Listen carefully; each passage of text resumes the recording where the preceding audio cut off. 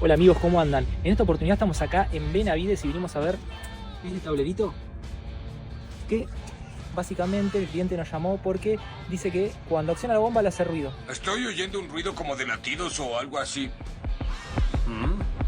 Es su corazón. Y creo que está en las últimas. Uf, temía que fuera la transmisión.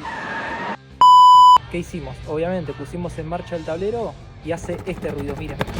Entonces, apuntamos a este muchacho, el contactor. Ahora, abro debate. ¿Qué opinan? ¿Por qué puede ocurrir que el contactor haga este sonido? Los leo en comentarios.